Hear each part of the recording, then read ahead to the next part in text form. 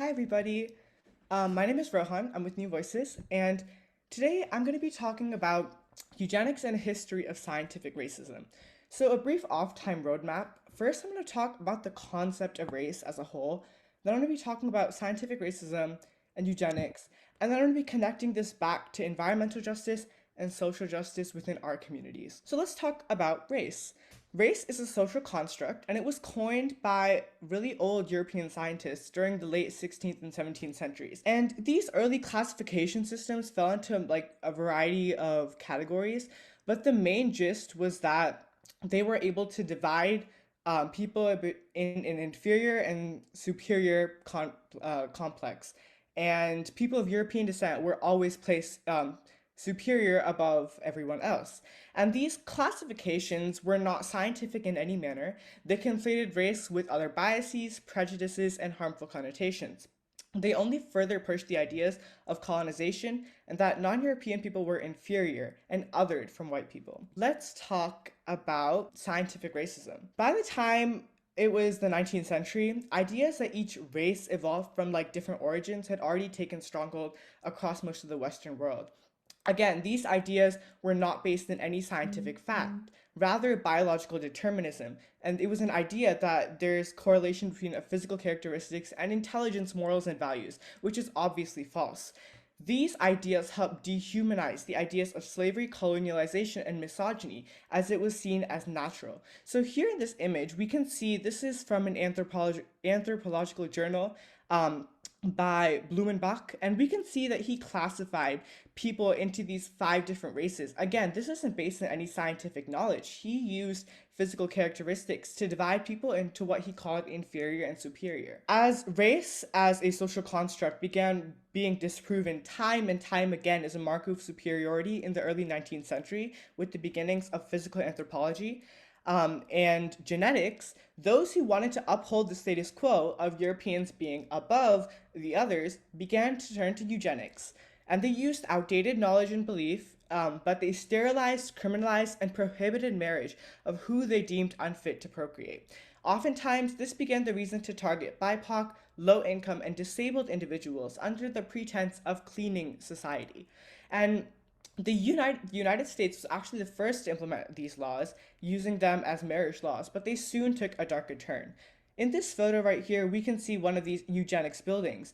There were multiple politicians who endorsed these buildings and asked people to go there. Before I talk a little bit about this in the United States, and especially California, I want you guys to guess, when do you think this protest took place? You could drop it in the chat. You could unmute. I'm not gonna lie, I wouldn't be surprised if it was like the 50s. You were close. This is the 60s, actually. And what were they protesting? Sterilization of indigenous black and Latina women. And this went on until 1979 in California.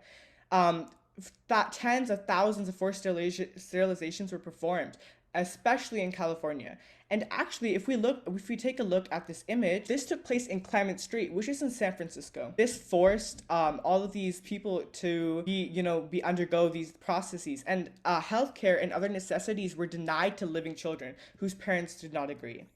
So here we see a poster. This is in the 70s when people are protesting this. Obviously, the atrocities that occurred in the Holocaust led to a downfall in these ideas.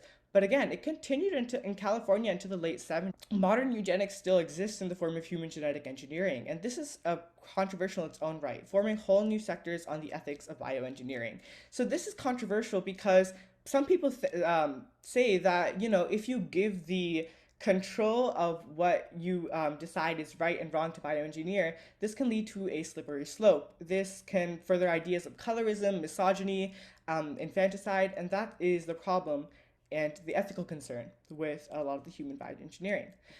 Okay, and now I'm going to be bringing this all back into social and environmental justice. The program that I was talking about in California alone sterilized 25% of Native American women between the time frame.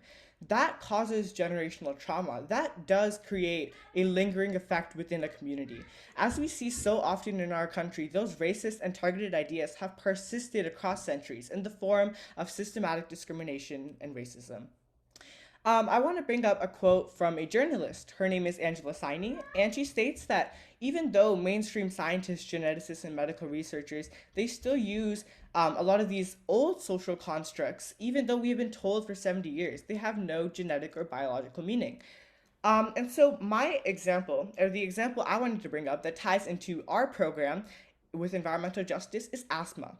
So, Black Americans do face a higher rate of asthma than white Americans, but many scientific journals state this obliviously. They say that it's biological or it's just something in race, but this is not the case. We have to understand that centuries of marginalization, being forced to live in redlined areas, being exposed to pollutants has led to that. And by classifying it as race alone, you really diminish a lot of the problems that it took to get there. And it's hard to address those problems in the first place. Furthermore, the Eurocentric point of view at looking at these issues has continued to neglect immediate non Western issues and environmental justice. 1 billion people are at risk of, being impacted by climate change. And unfortunately, the vast majority of those people live in Asia and Africa and South America and are Black and brown people.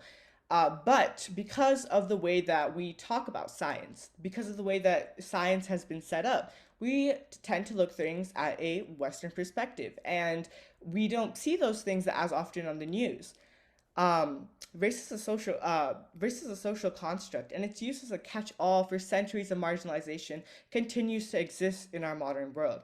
And as we begin to reconcile with the deeply troubled history of our country, we have to look at all of the ways that systematic discrimination continues to be in the backdrop, including scientific racism. Thank you for listening to my presentation.